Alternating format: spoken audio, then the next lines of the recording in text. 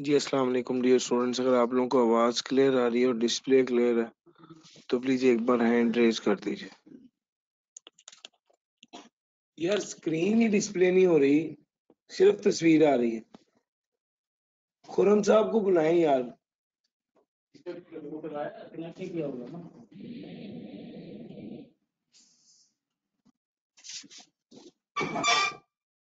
जी screen show नहीं हो रही लेकिन डिस्प्ले आ रहा है, वेब कैम चल रहा है।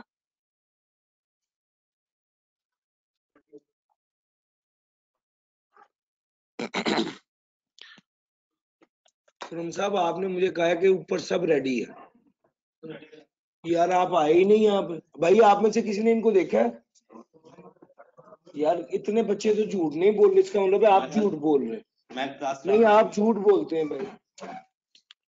ये सारे पागल तो नहीं बैठे हुए? दूसरी क्लास में सर जी आप इधर तो कर रहे हैं, दूसरी क्लास में तो रिले होना है। क्या मसला क्या है? देखिए इसको क्या मसला है।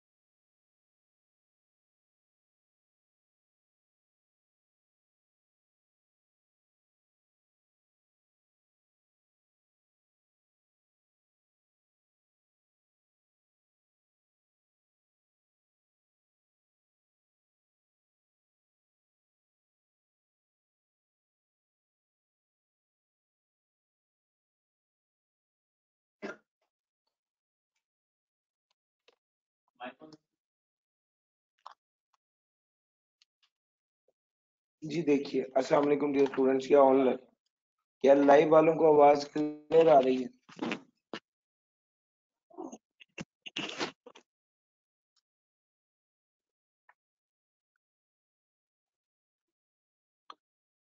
लाइव वालों को आवाज और डिस्प्ले क्लियर आ रहा है, ये क्यों नहीं चल रहा?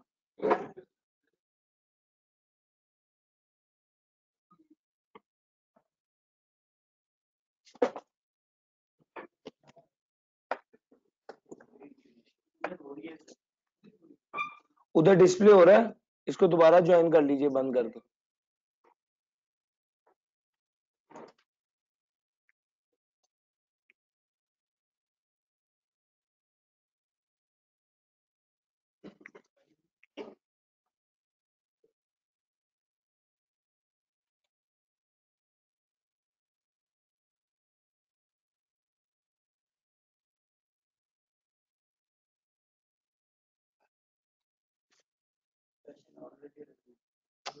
एक मिनट ठहर जाइए, नीचे नीचे चल रहा है वो, उसको वो नीचे उस पर क्लिक कीजिए।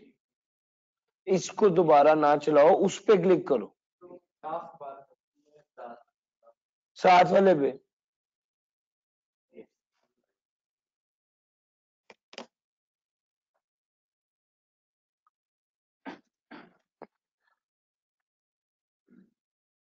अब मैं इतने गुस्से की हालत में अदाकारी करके दिखाऊं कि मेरा मूड बहुत अच्छा है। अस्सलाम वालेकुम। लेकिन आप देखिएगा मैं कैसी भरपूर अदाकारी करूंगा, ठीक है? चले हैं कोई अच्छी बात करते हैं जिससे आप और मैं खुश हो जाएं। कल का मैच देखा फिर? मजा आ गया? पैसे पूरे हो गए? मैंने कल मैच नहीं देखा, मैंने आज हाइलाइट्स देखी हैं। हाइलाइट्स का इतना मजा है, क्या बात है भाई। एक बार तो देख के रूह खुश हो गई है कि यार पाकिस्तान ने खेला। वन साइडेड मैच था जी। अच्छा हो गया ना मूड। चलाओ पढ़ते हैं। बिस्मिल्लाहिर्रहमानिर्रहीम। सर,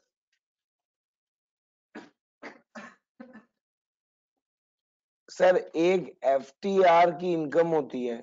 एक इनकम पे टैक्स लगना इनकम टैक्स है।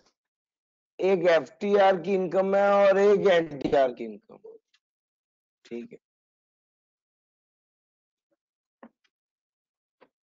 कुछ इनकम ऐसी है जिसपे एफटीआर के असूलों के तहत टैक्स लगता है और कुछ इनकम ऐसी है जिसपे एनटीआर के असूलों के तहत टैक्स लगता है। ठीक हो गया। सर कुछ एफटीआर के असूल याद है? मैं बताता हूं। असूल नंबर 1, एफटीआर के कुछ असूल याद है जनाब? सबसे पहला असूल वो कहता है जनाब, इनकम में से टैक्स कट के मिलती है। यही असूल है पहला। तो मैं ना एक बार जरा वो असूल भी आपके साथ शेयर कर लूं ताकि वो असूल पक्के हो जाए। सर वो असूल आपको याद हो गए तो आगे आज का दिन और कल का दिन आपका सुखी गुजरेगा। सर एफटीआर,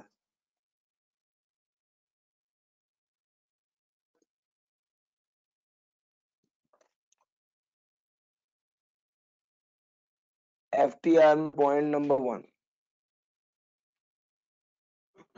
टैक्स कट कर मिलेगा। सर टैक्स कट के मिलेगा। जो टैक्स है वो कट कर मिलता है। ये पहला असूल है।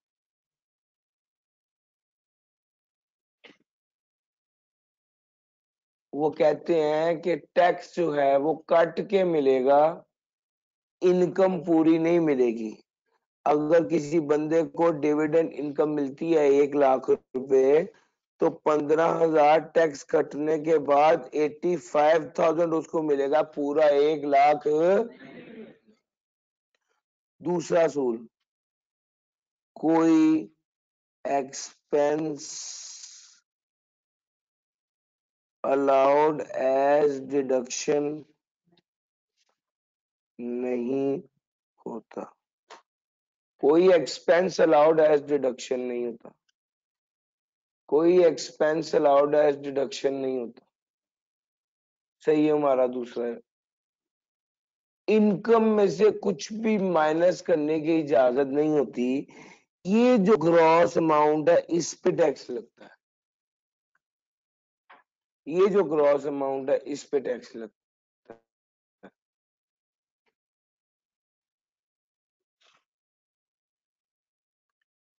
तीसरे नंबर पे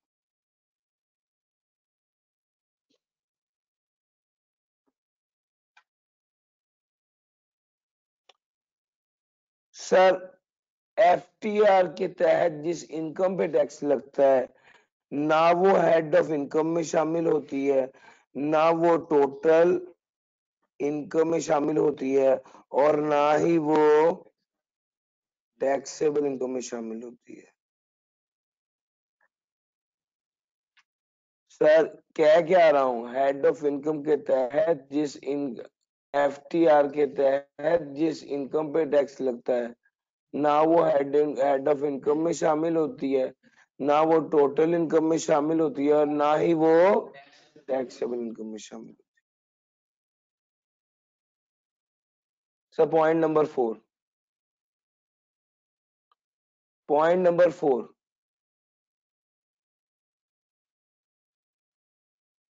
पॉइंट नंबर 4 ये कहता है डिडक्टेबल अलाउंस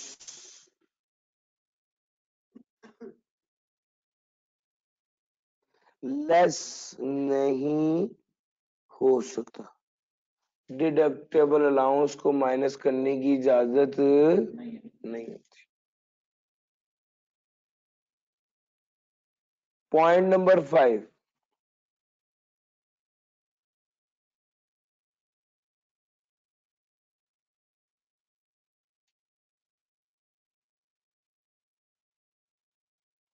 पॉइंट नंबर 5 क्या है? डिडक्टेबल अलाउंस लेस नहीं हो सकता सर, टैक्स क्रेडिट लेस नहीं होता।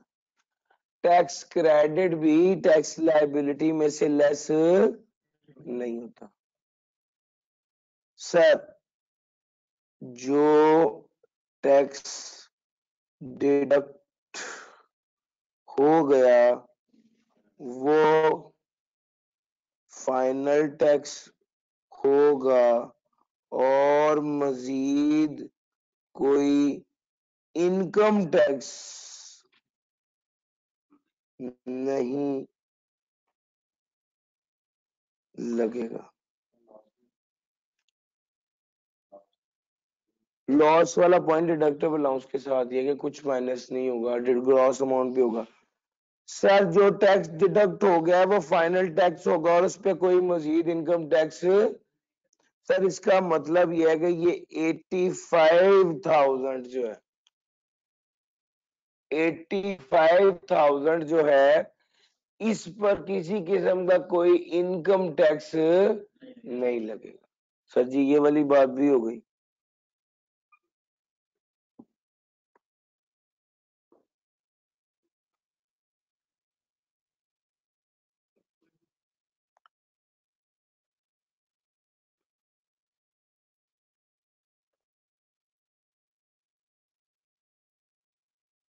अच्छा जनाब,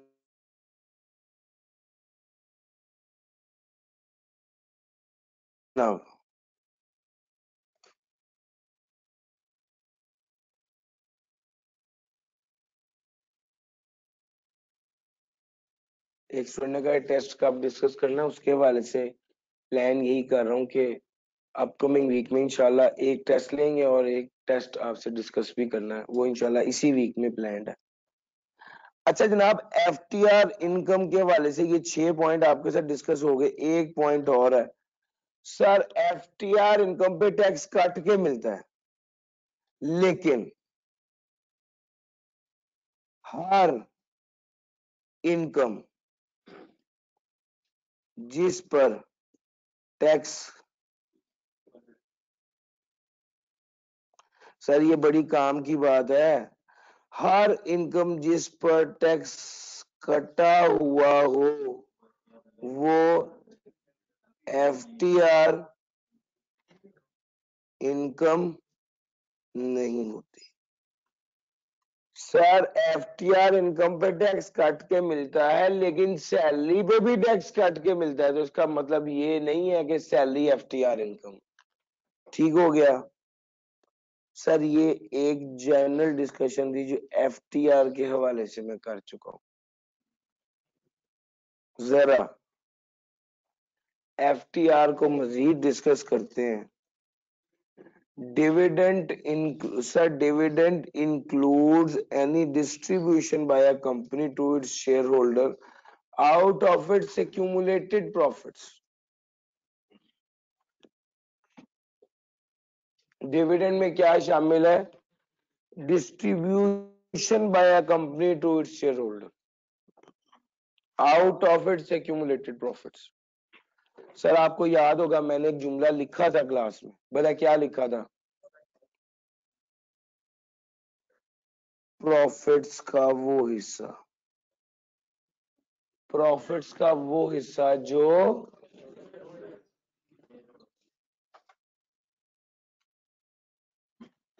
प्रॉफिट्स का वो हिस्सा जो शेयर होल्डर्स को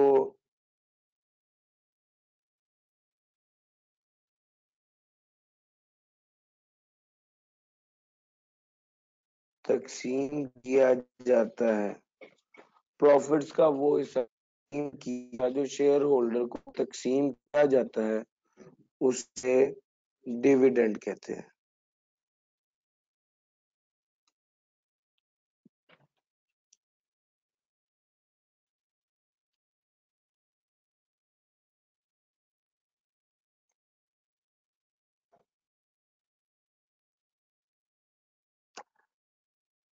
सर डार फॉल, सर पहला जुमला लिखा है डिविडेंड इंक्लूड्स तकसीम करना, किसका? बाय अ कंपनी, कंपनी का, किसको? To the share holders out of its accumulated. भैया यही बात ही आपको बताई थी।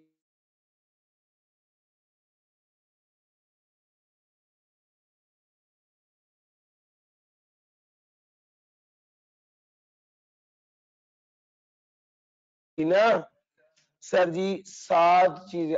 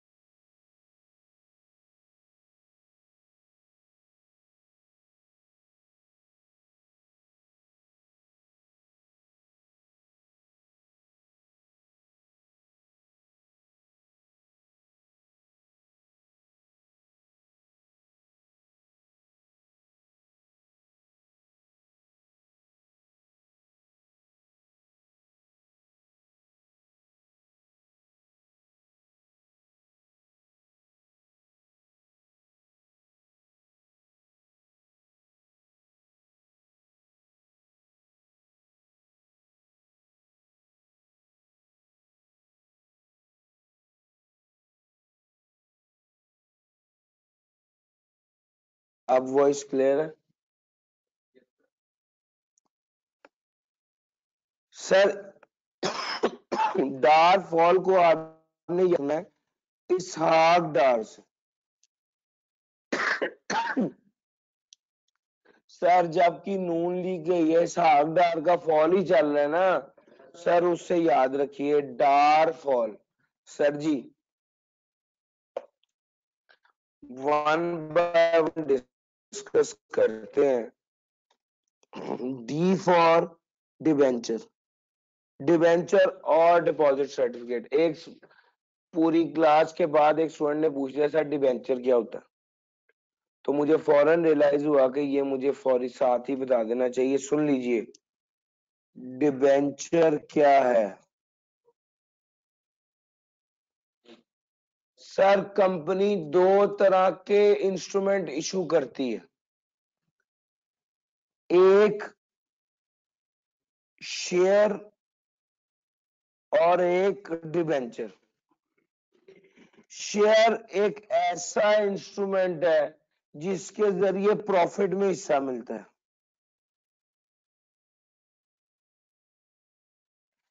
डिबेंचर एक ऐसा इंस्ट्रूमेंट है जिसके जरिए फिक्स्ड अमाउंट मिलती है।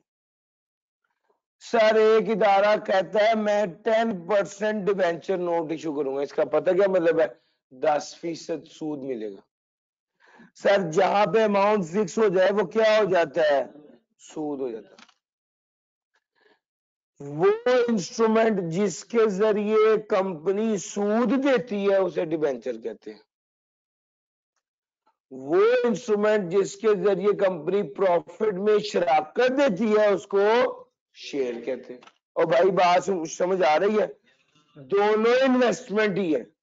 एक इन्वेस्टमेंट के जरिए आपको फिक्स परसेंटेज मिलनी है और दूसरी इन्वेस्टमेंट के जरिए आपको दूसरी इन्वेस्टमेंट के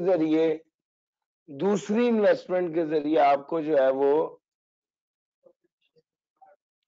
प्रॉफिट मिलना है। एक के जरिए आपको सूद मिलना है, फिक्स अमाउंट मिलनी है, उसे डिबेंचर कहते हैं। दूसरी इन्वेस्टमेंट के जरिए आपको शेयर मिलना है जिसके जरिए आपको प्रॉफिट में शराकत मिलेगी। प्रॉफिट कमाए उस पे शराकत मिले वो हलाल है इस्लाम में, फिक्स परसेंटेज लेना क्या है, हराम। जहां पे भी फिक्स मिलता है वो जो है ना, वो हराम है। डिबेंचर, जो डिबेंचर गवर्नमेंट बॉन्ड डिबेंचर नहीं होते, वो फिक्स सूद देने वाला एक दूसरा इंस्ट्रूमेंट, वो गवर्नमेंट इशू करती है। ठीक हो गया। हाँ जी, हाँ जी। फर्म में कोई नहीं भाई, हमें तो कभी नहीं मिला। आगे चलते हैं सर, आगे चलते हैं। डिस्ट्रीब्यूशन ऑफ डिबेंचर और deposit certificate, point number 1। Point number 2, distribution of assets of company, distribution of assets of company।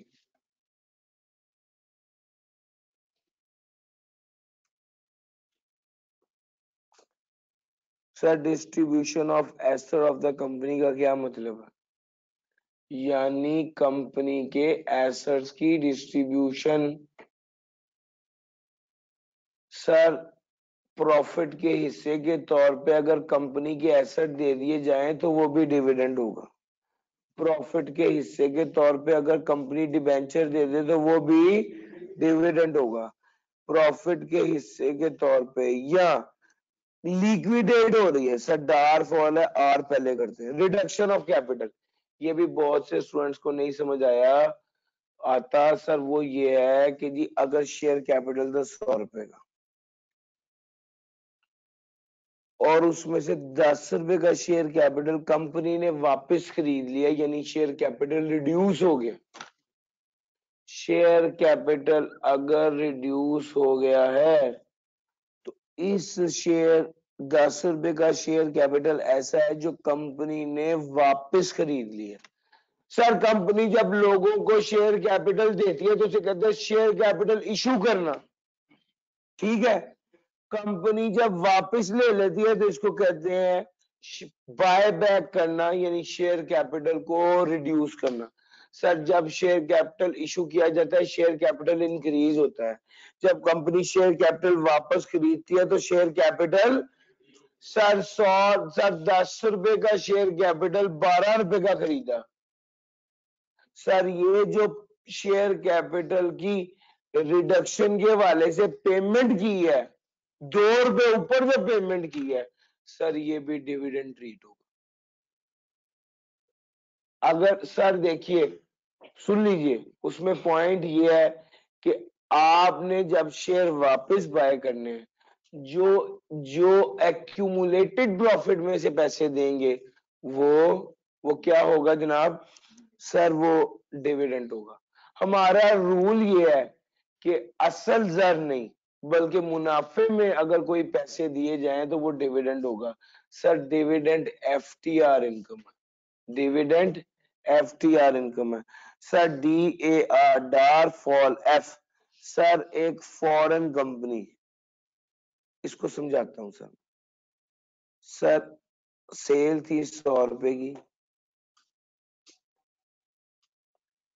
Expenses थे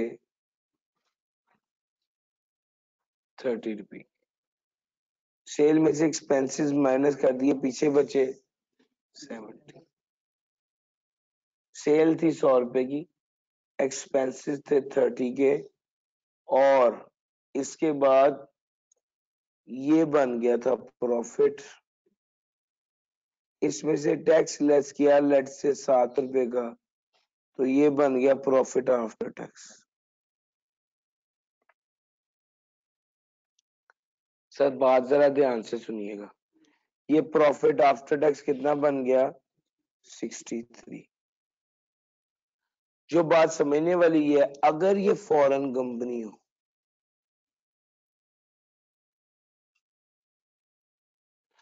फॉरेन कंपनी का profit after tax, foreign company का profit after tax, foreign company का profit after tax क्या कहलाएगा? Sir dividend कहलाएगा।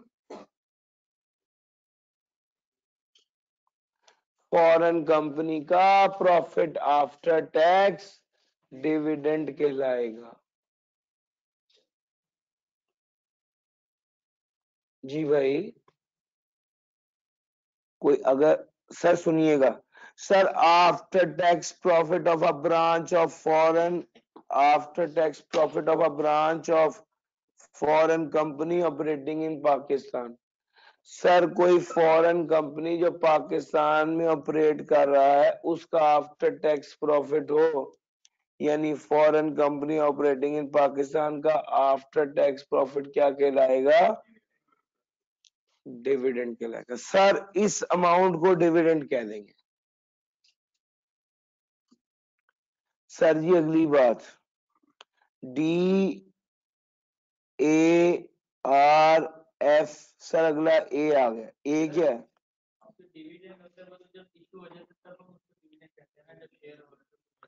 मुझे थोड़ा सा टाइम दीजिए, मैं 7 पॉइंट रट्टे वाले बता के इसको पूरा समझाऊंगा। सर डार, डी ए आर, डार पढ़ लिया, एफ पढ़ लिया फॉरेन कंपनी, ए सर प्राइवेट कंपनी कोई भी खर्चा शेयर होल्डर के फायदे के लिए करे तो वो भी dividend.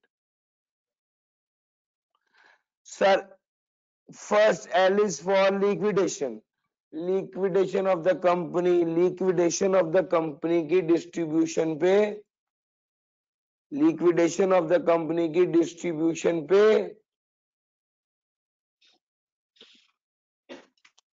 Liquidation of the company की डिस्ट्रीब्यूशन पे जो पैसे दिए जाएं, लिक्विडेशन ऑफ द कंपनी की डिस्ट्रीब्यूशन पे जो पैसे दिए जाएं, distribution on liquidation of the company, तो ये क्या होगा? सर ये भी सर पैसे। और आखिरी बात, अगर प्राइवेट कंपनी लोन दे, सर जी बात सुनिएगा ध्यान से, मैं आपको आहिस्ता आहिस्ता सारे पॉइंट्स पढ़ा के फिर बड़ी ध्यान से मैंने आपको इसके 3-4 पहलू बताने हैं जो बड़े अहम है, वहां से सही अंडरस्टैंडिंग भी डेवलप होगी और समझ भी आएगी। सर अगर प्राइवेट कंपनी अपने शेयर होल्डर को लोन दे तो वो भी डिविडेंड है। सर जी जरा आप अलर्ट हो जाइएगा, जरा बात अब सीरियस होने लगी है।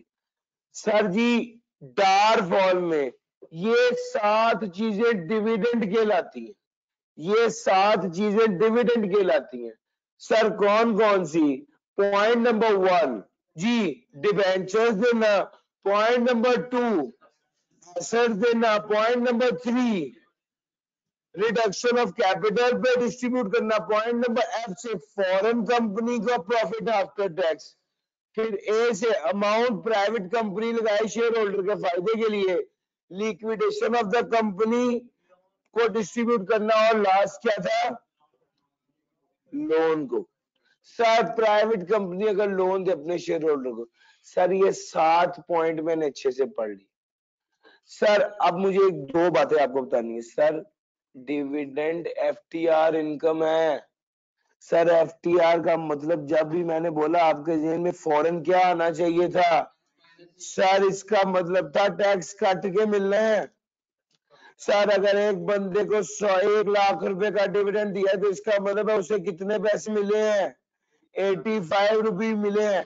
अब मेरी बात जरा ध्यान से सुनना, जब मैंने ये कहा कि अगर कोई प्राइवेट कंपनी अपने शेयर होल्डर को लोन दे तो वो डिविडेंड है, इसका मतलब समझते हो? इसका मतलब यह है कि 1 लाख रुपए का लोन एक प्राइवेट कंपनी से शेयर होल्डर ने लिया तो उसको डिविडेंड ट्रीट करेंगे। इसका मतलब यह है कि 15,000 रुपया माइनस करने के बाद 85,000 रुपया उसे दिया जाएगा। भाई मेरी बात समझ। सर जिस चीज को डिविडेंड ट्रीट कर लिया उसका मतलब ही यह है कि उस पे एफटीआर ट्रीटमेंट होगा। और एफटीआर क्या कहता है? एफटीआर कहता है टैक्स काट के पैसे दो। मैं प्राइवेट कंपनी का शेयर होल्डर था, मैंने उन्हें कहा भैया मुझे 1 लाख की जरूरत है, वो मुझे 85,000 रुपया दे रहा है। मैं उसके पास गया, मैंने कहा यार तुमसे 1 लाख मांगा है, रसीद तुमने 1 लाख की दी है, पैसे तुम मुझे 85,000 दे रहे हो। वो कहता है सर हमारी प्राइवेट कंपनी है, हमने आपको लोन दिया है, आप शेयर होल्डर है।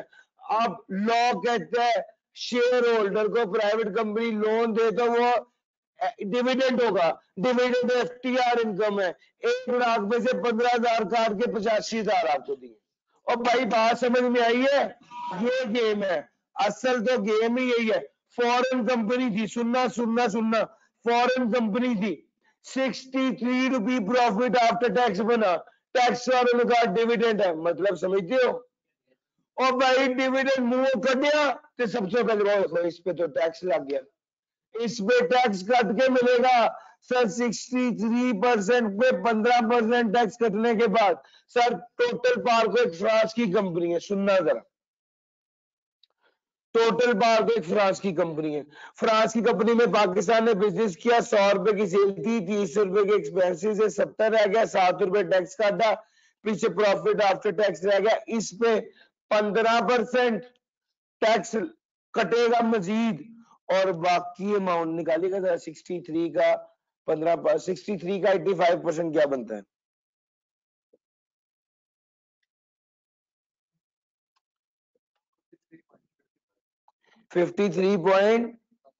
सर गौर से बात पता क्या सुनने वाली है सर, फ्रांस में पता कितने पैसे भेजे जाएंगे? इतने। सर बाकी पैसे किधर जाएंगे? बाकी चूंकि प्रॉफिट आफ्टर टैक्स को डिविडेंड डिक्लेयर किया गया, डिविडेंड समझा गया है, तो इस पे एफटीआर के तहत टैक्स लगेगा। सर फ्रांस की कंपनी ने हेड ऑफिस में पैसे भिजवाए, सर पूरे नहीं, पूरे 63 नहीं जाएंगे, कितने रुपए कम हुए? 9 रुपए 45 पैसे, 9.45 कम होने के बाद 53.55 बैठ जाएंगे। हाँ जी, बड़ा अच्छा सवाल किया भाई ने, यही बात अभी मैंने आपको बतानी थी।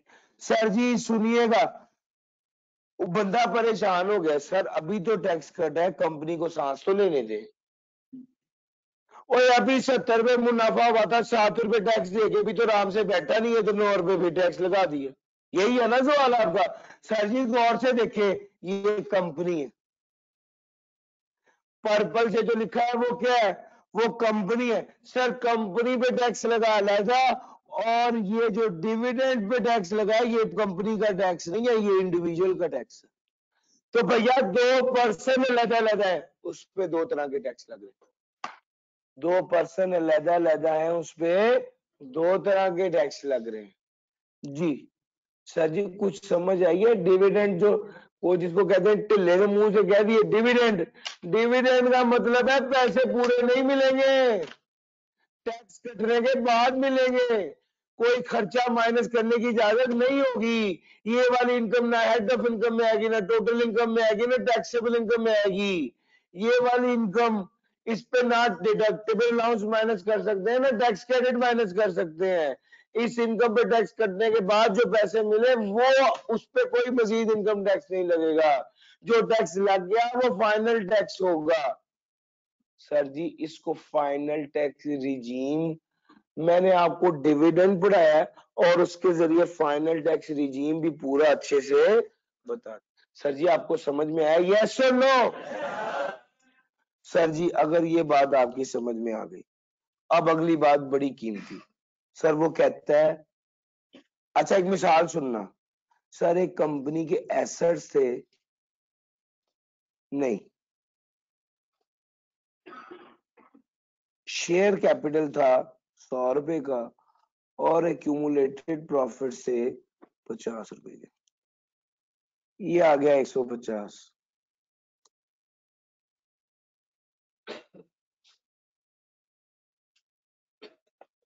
शेयर कैपिटल था 100 का, एक्यूमुलेटेड प्रॉफिट था 50 रुपए का। फिर उसके बाद हम आगे चलते हैं। ये एक प्राइवेट कंपनी थी, और इसने अपने शेयर होल्डर को लोन दिया। प्राइवेट कंपनी ने अपने शेयर होल्डर को लोन दिया है, कितने का? सर 70 रुपए का। सर प्राइवेट कंपनी अगर अपने शेयर होल्डर को लोन दे तो वो क्या होगा? ओए होगा या नहीं? सर डिविडेंड होगा। लेकिन इसने एक अगले स्टेप की बात कर दी, उसने कहा जितनी भी डिस्ट्रीब्यूशन की है, एक्यूमुलेटेड प्रॉफिट की हद तक डिविडेंड होगा बस। सर इसका पता क्या मतलब है?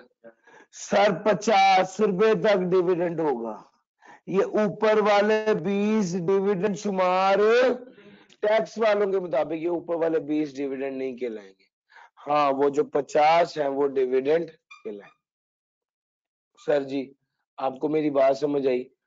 वो कहता जी भाई दोबारा बता दूं? मैं दोबारा बता देता हूँ दोस्त। 70, अच्छा ये बात समझ आ गई है कि शेयर होल्डर को प्राइवेट कंपनी ने जो लोन दिया उसे डिविडेंड मानेंगे, यस और नो?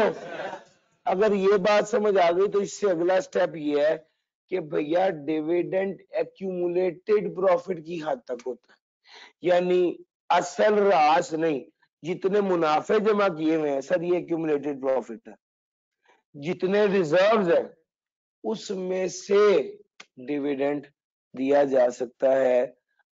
डिविडेंड एक्यूमुलेटेड प्रॉफिट की हद तक दिया जा सकता है। एक कंपनी की एक्यूमुलेटेड प्रॉफिट 50 है और डिविडेंड दे दिया 70, तो टैक्स वाले कहते हैं सिर्फ 50 को डिविडेंड माना जाएगा, ऊपर वाले 20 को डिविडेंड नहीं माना जाएगा। इसका मतलब पता क्या है? इसका मतलब ये कि जब इस 50 की पेमेंट करेंगे तो 15% टैक्स कटने के बाद 42.5 की पेमेंट करेंगे, और ये वाला 20 पे कोई, इस वाले 20 पे कोई डिडक्शन नहीं हुई है, एज इट इज पे कर देंगे। भैया मेरी बात समझ आ रही है? यानी जिसको डिविडेंड नहीं माना वो एफटीआर भी नहीं है, उस पे कोई रौला भी नहीं है, कोई मसला भी नहीं है, कोई टैक्स भी उस तरह से नहीं। ठीक हो गया भाई? टोटल 62.5 रुपये पे किए जाएंगे और 7.5 का टैक्स डिडक्ट होगा, उसको डिविडेंड ट्रीट ही नहीं किया जाएगा। ले सर मेरा दिल चाहता है कि एक बार आप ये सारे पॉइंट्स पढ़ लें, जल्दी से ये सारे पॉइंट्स एक बार पढ़ लें, कुछ नहीं समझ आता तो मुझसे पूछिए।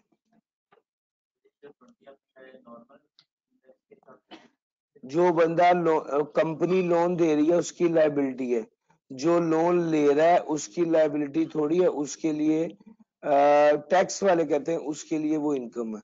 जो लोन ले रहा है टैक्स वाले कहते हैं कि अगर वो शेयर होल्डर है, वो प्राइवेट कंपनी से लोन ले रहा है तो वो लायबिलिटी नहीं होगी बल्कि इनकम होगी। अच्छा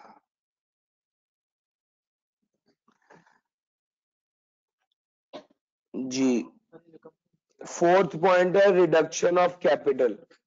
रिडक्शन ऑफ कैपिटल वाला पॉइंट मैंने आप लोगों को बड़ी डिटेल में बताया था, आप सुन लीजिए। रिडक्शन ऑफ कैपिटल का मतलब है, रिडक्शन ऑफ कैपिटल का मतलब है कि कंपनी जब अपने शेयर खुद खरीद लेती है तो कंपनी का शेयर कैपिटल कम हो जाता है। रिडक्शन ऑफ कैपिटल के केस में जो पैसे दिए जाएंगे उसे डिविडेंड माना जाएगा। मुझे एक स्टूडेंट ने कहा reduction of capital point number 4 मैं बता चुका हूँ, अब्दुल्ला डार और शिराज इन्होंने पॉइंट नंबर 4 कहा था। दो स्टूडेंट्स ने पॉइंट नंबर 6 का है। Sir private company share holder के फायदे के लिए कोई भी खर्चा करे तो उसे क्या माना जाएगा? उसे डिविडेंड माना जाएगा। प्राइवेट कंपनी कोई भी खर्चा करे शेयर होल्डर के फायदे के लिए तो उसे डिविडेंड माना जाएगा। पॉइंट नंबर 3, सर लिक्विडेशन कहते हैं कंपनी के बंद होने। जब कंपनी वाइंड अप हो रही थी, बंद हो रही थी, उस वक्त कोई पैसा अगर दिया गया, उस वक्त कोई पैसा दिया गया है,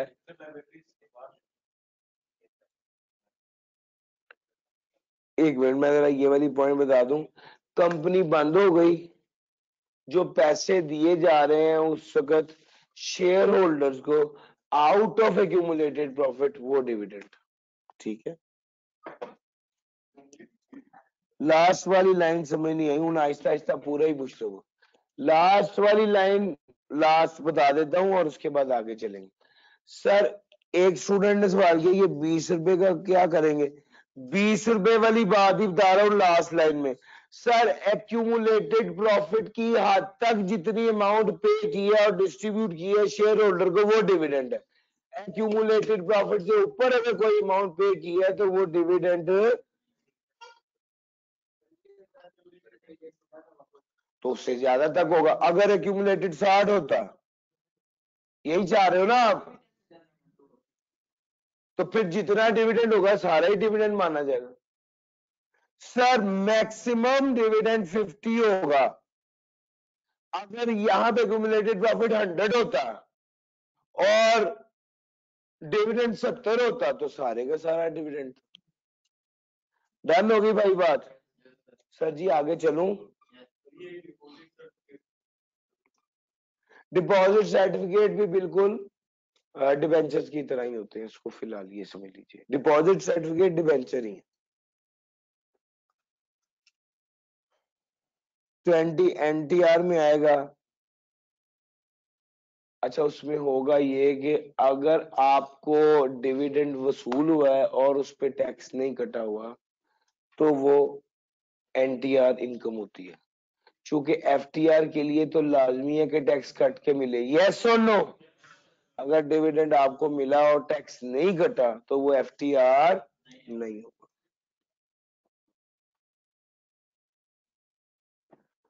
जी लिक्विडेशन वाला मैं बता चुका हूं, लिक्विडेशन वाला।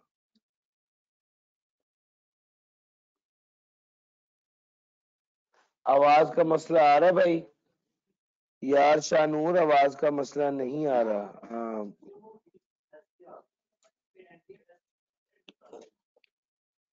सर वो टैक्स तो जो बंदा वसूल करेगा वो जाने और उसका काम जाने।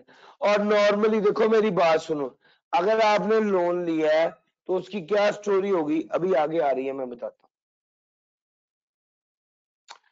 सर कुछ केसेस में इन रूल की एक्सेप्शन पढ़ाने लगा, कुछ केसेस में डिविडेंड नहीं माना जाता।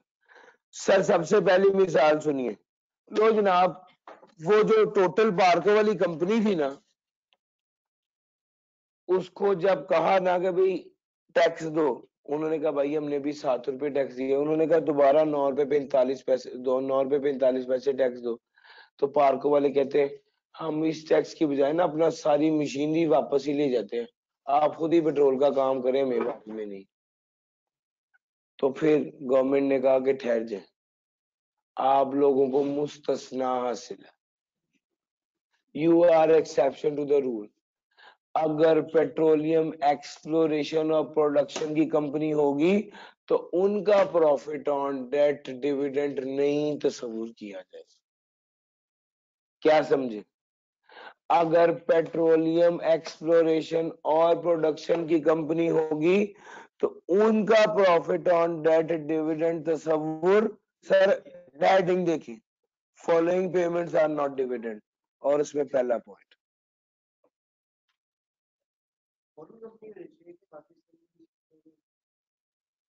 सर फॉरेन कंपनी की बात हो रही। प्रॉफिट आफ्टर टैक्स की जब पहले बात हुई थी भैया, यहाँ पे देखो जरा, वहां वहां सर ये एफ आई कहां से? फॉरेन से ही आया ना भाई। सर जी बात समझ में आ गई? आज बड़ी ठंडी हो तुसी, या मेरा गला खराब हो गया? बहरहाल मैं भी पानी पी लेता हूँ, आप भी अपनी एनर्जी सारी इकट्ठी कर लें, क्योंकि आगे जो 3 पॉइंट आने लगे हैं ना, वो ऐसे पढ़ाए नहीं जाने।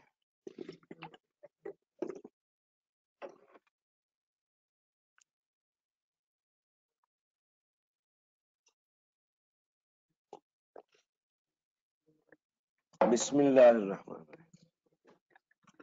सर जी अगला पॉइंट,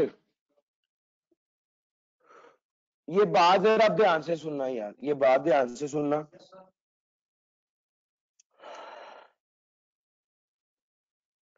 सर जी एक बंदे ने कंपनी से लोन लिया 1 लाख का, बंदा था शेयर होल्डर, कंपनी थी प्राइवेट कंपनी, उसे पैसे कितने मिले होंगे? 85,000। 15,000 कौन खा गया? एफबीआर खा। ये तो बात आपको समझ आ गई। इसको कहते हैं लोन को डिविडेंड ट्रीट किया गया। हकीकतन वो लोन था, डिविडेंड तो नहीं देता। टैक्स वालों ने कहा प्राइवेट कंपनी अपने शेयर होल्डर को लोन देगी तो हम इसे क्या ट्रीट करेंगे? सर जी थोड़ा सा आगे चलते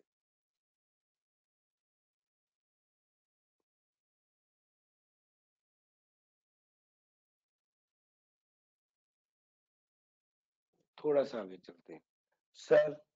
नेक्स्ट जो पॉइंट है वो है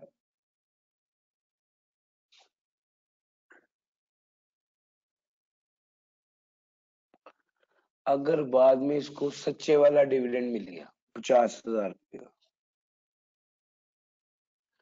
अगर बाद में इसको सही वाला डिविडेंड मिल गया, पहले तो डिविडेंड इसने लिया ही नहीं था, लोन लिया था, उसको डिविडेंड करके टैक्स वालों ने इसे टैक्स खा लिया था, और अब इसे सही वाला डिविडेंड मिल गया, तो क्या होगा सर? इस पे टैक्स नहीं लगेगा,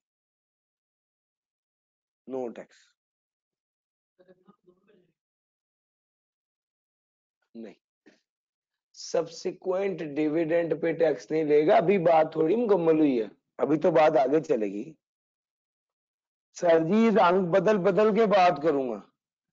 1 लाख रुपए का डिविडेंड मिला,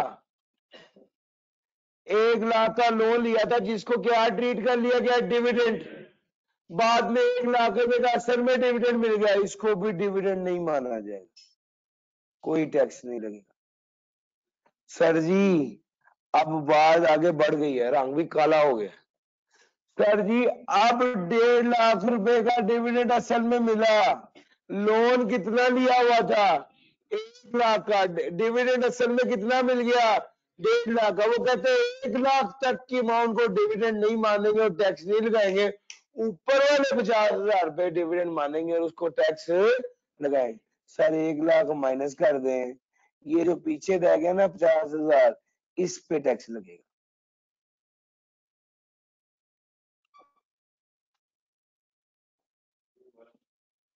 ये दोबारा बता दें सर, अगर एक बंदे के लोन को, एक बंदे ने, एक शेयर होल्डर ने प्राइवेट कंपनी से लोन लिया था और उसको डिविडेंड ट्रीट कर लिया गया और सब्सिक्वेंटली सच्ची वाला डिविडेंड मिल गया जिसको सब्सिक्वेंट डिविडेंड कहते हैं, तो अगर जिस हद तक वो लोन था उस हद तक डिविडेंड मिला तो उसे डिविडेंड नहीं मानेंगे।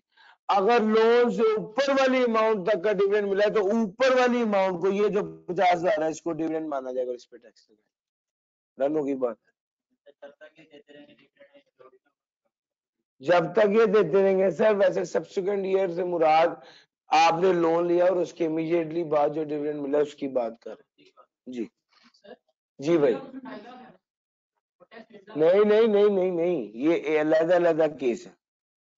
एक बार 50,000 मिला था, उस पर कोई टैक्स नहीं लगा था। यहाँ 50, अब दूसरे केस में 50,000 नहीं मिला, ये 1 लाख मिला, इसकी बात करें, इसकी समझ आ रही है? ये ऐसा नहीं है कि एक बार 50,000 मिला, एक बार लाख मिला, एक बार 1.5 लाख मिला, यानी एक मौके पे 1 लाख लोन लिया हुआ था और 1.5 लाख रुपए डिविडेंड मिला, तो 50,000 को डिविडेंड तस्वुर करेंगे। दूसरा केस है दूसरी कंपनी का, उसमें 1 लाख लोन लिया हुआ था, 50,000 डिविडेंड मिला, तो उस 50,000 को डिविडेंड नहीं मानेंगे।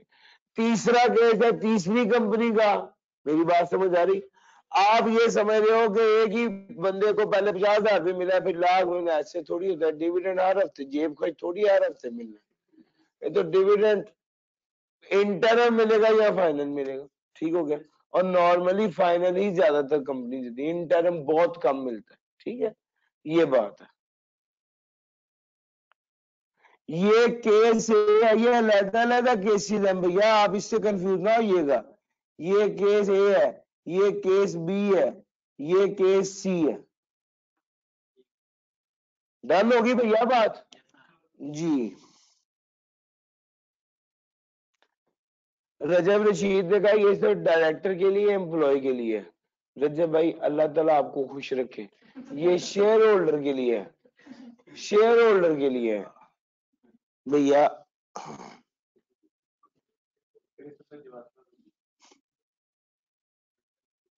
अच्छा जनाब, सर ये लिक्विडेशन पे शेयर कैपिटल डिस्ट्रीब्यूशन होगा या डिविडेंड? जब कंपनी बंद हो जाती है ना, तो कंपनी के जितने एसेट होते हैं सारे ही तकसीम कर दिए जाते हैं, शेयर कैपिटल वाला पैसा भी और उसके अलावा अगर बाकी पैसा बचा हो तो वो भी। और अगर नुकसान बहुत ज्यादा हो गया हो तो फिर तो असल कमी जाती है, फिर एक्यूमुलेटेड प्रॉफिट वैसे ही खत्म हो गया होता है। अभी ये आगे भी डिटेल में बताऊंगा ये वाली बात। केस सी एक अलहदा केस है, केस बी एक अलहदा केस है, केस ए एक अलहदा केस है। तीनों अलहदा अलहदा केसेस अलहदा अलहदा बताए अलहदा अलहदा रंगों से। सर ये लिक्विडेशन पे शेयर कैपिटल डिस्ट्रीब्यूशन होगा या डिविडेंड? जी ये बात मैंने भी आपका सवाल पढ़ लिया है, और मैं अभी मेरे सवाल में ही अभी आगे मैं पढ़ाऊंगा तो जवाब आ जाएगा। रेमिटेंस की समझ नहीं है। रेमिटेंस कहते हैं वापस भेजना। सर पाकिस्तान में वो जो फ्रेंच कंपनी के बंदे आए हुए थे वो पैसा कमा के वापस फ्रांस भेज रहे थे। ये जो फ्रांस भेजना है वापस, इसको रेमिटेंस कहते हैं। सर इमरान खान और बहुत से लोग अक्सर ये लफ्ज इस्तेमाल करते हैं फॉरेन रेमिटेंस। जो बाहर से पैसा आता है उसे रेमिटेंस कहते हैं। बाहर की तरफ जाएगा, जो बाहर की कंपनी होगी उसके लिए रेमिटेंस क्या है, वो बाहर के मुल्क पैसा भेजेंगे। जीशान अंजुम आपके सवाल का जवाब दे दिया। वॉइस कम है बहुत।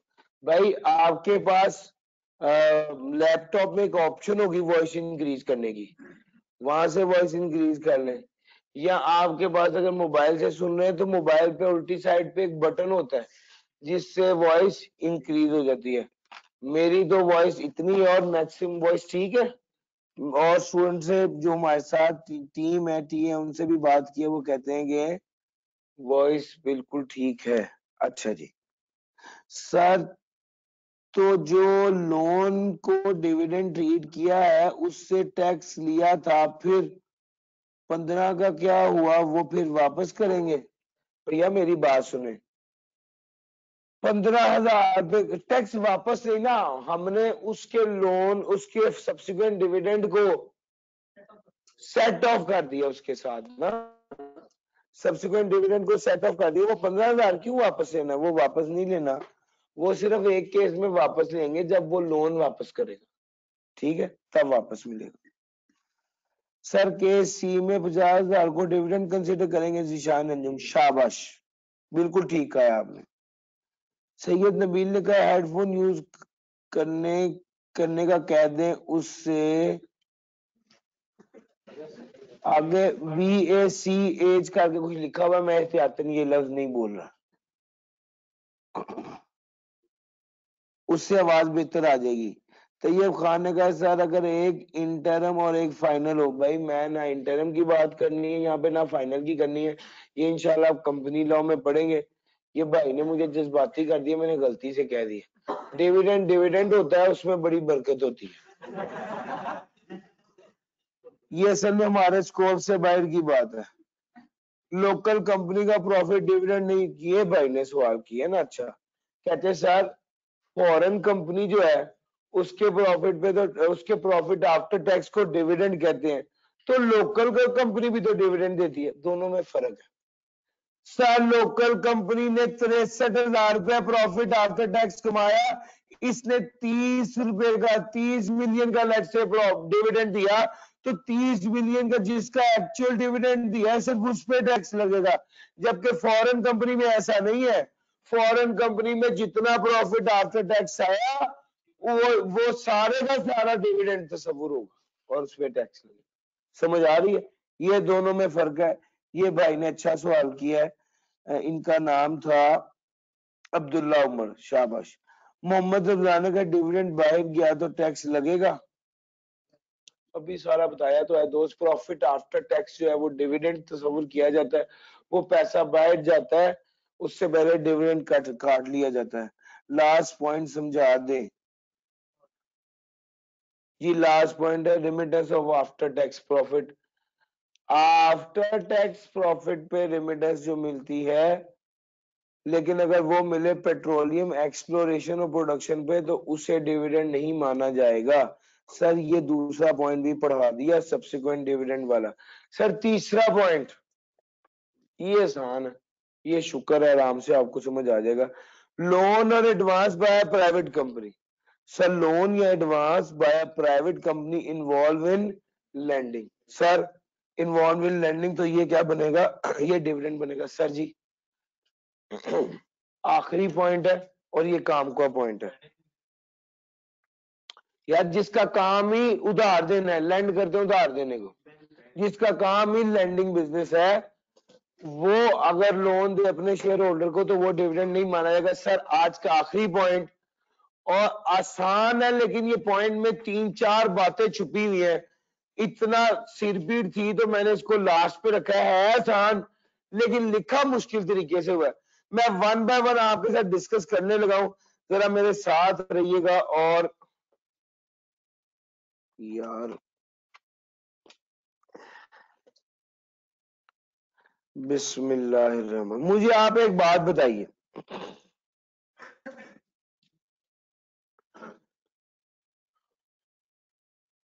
यार ये क्यों नहीं मिट रहा। अच्छा जी आगे चलते हैं। सर जी आपको पता है वाइंडिंग अप क्या होती है? कंपनी का बांध होना। एक छोटा सा कॉन्सेप्ट है सरप्लस एसेट का। सर एक कंपनी जिसके टोटल एसेट थे 1000 रुपए के,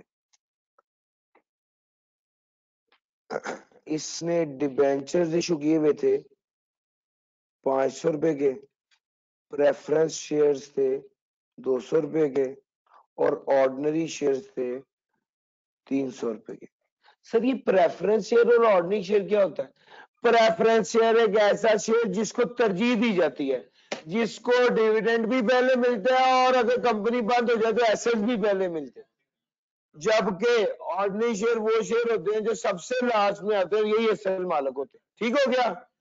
अच्छा अगर ये बात आपको समझ आ गई तो अब अगला पॉइंट ये मुझे बताइए, अगर 100 रुपए के एसेट्स थे, डिबेंचर 500 के दे दिए, प्रेफरेंस से 200 निकल गए, बाकी जितने भी बचे वो ऑर्डिनरी शेयर। और ऑर्डिनरी शेयर्स को क्या ट्रीट, ऑर्डिनरी जितने सरप्लस एसेट होते हैं वो किसको हकदार, उसका कौन होता है? ऑर्डिनरी। सर मैं एक बात आपको ये सारी एग्जांपल से समझा चुका हूं, वाइंडिंग अप के केस में सरप्लस एसेट का हकदार ऑर्डिनरी शेयर्स होता है। सर वाइंडिंग अप के केस में सरप्लस एसेट का हकदार ऑर्डिनरी शेयर होल्डर होता है। सर लिक्विडेशन के केस में सरप्लस एसेट का हकदार ऑर्डिनरी शेयर होल्डर होता है। समझ आ गई?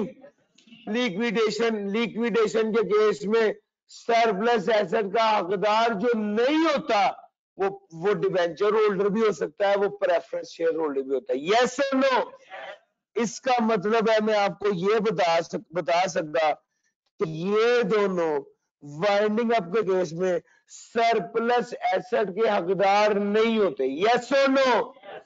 सर अब अगर ये आपको पॉइंट समझ आ गया, मैं से अंग्रेजी पढ़ो। डिस्ट्रीब्यूशन किस केस में? On the liquidation of company या reduction of capital. Distribution on the liquidation of company या रिडक्शन ऑफ कैपिटल कंपनी या रिडेम्पशन ऑफ डिबेंचर। अगर इन तीनों केसेस में सर आपने पैसे तकसीम किए, सर उर्दू सुनो, आपने पैसे तकसीम किए कंपनी की लिक्विडेशन पे या रिडक्शन ऑफ कैपिटल पे या रिडेम्पशन ऑफ डिबेंचर पे, और पैसे उसको दिए हैं जो एंटाइटल्ड नहीं है वाइंडिंग अप के केस में सरप्लस एसेट लेने का, यानी डिबेंचर होल्डर या प्रेफरेंस शेयर होल्डर। अगर इन लोगों को तकसीम किए हैं पैसे, उससे डिविडेंड नहीं माना जाएगा। सर फिर सुनो,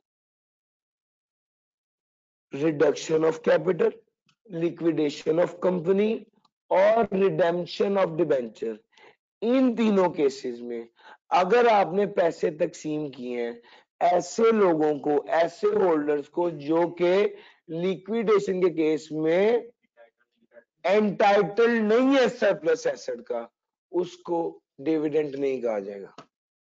सर जी जो पॉइंट समझने का है वो ये है, मैं इसी बात को सीधा सीधा कहूं तो ये सारी खत्म हो जाएगी। कंपनी की लिक्विडेशन के केस में या रिडक्शन ऑफ कैपिटल के केस में या रिडेम्पशन ऑफ डिबेंचर के केस में आपने पैसे दिए प्रेफरेंस शेयर होल्डर को या डिबेंचर होल्डर को, तो इसको डिविडेंड नहीं कहा जाएगा। और ये जुमला समझ आया है सर? 3 बातें, liquidation of company, reduction of capital, redemption of debenture. इन तीनों केसेस में पैसे दिए जाए किसको? प्रेफरेंस शेयर होल्डर को या डिबेंचर होल्डर को, तो इससे डिविडेंड नहीं। और यार समझ आ रही है सर? फिर बोल रहा हूं, अब जरा जवाब जोश में देना जरा। Sir, reduction of capital, liquidation of the company और रिडेम्पशन ऑफ डिबेंचर के केस में प्रेफरेंस शेयर होल्डर को या डिबेंचर होल्डर को पैसे देना, डिस्ट्रीब्यूट करना डिविडेंड नहीं माना जाएगा। यस और नो? अगर ये बात आपको समझ आ गई तो अंग्रेजी इसने विंगी करके लिखी है, टेढ़ी करके लिखी है। अब मुझे गुस्से से यही जहन में मेरे लफ्ज आता है कि मुश्किल बना के लिखा है आसान बात को। सर उसने पता क्या जुमला लिखा है? उसने कहा है कंपनी की लिक्विडेशन के केस में, रिडक्शन ऑफ कैपिटल के केस में या रिडेम्पशन ऑफ डिबेंचर के केस में ऐसे लोगों को पैसे देना जो कि एंटाइटल्ड नहीं है, लिक्विडेशन के केस में सरप्लस एसेट के, उसे डिविडेंड नहीं माना जाएगा।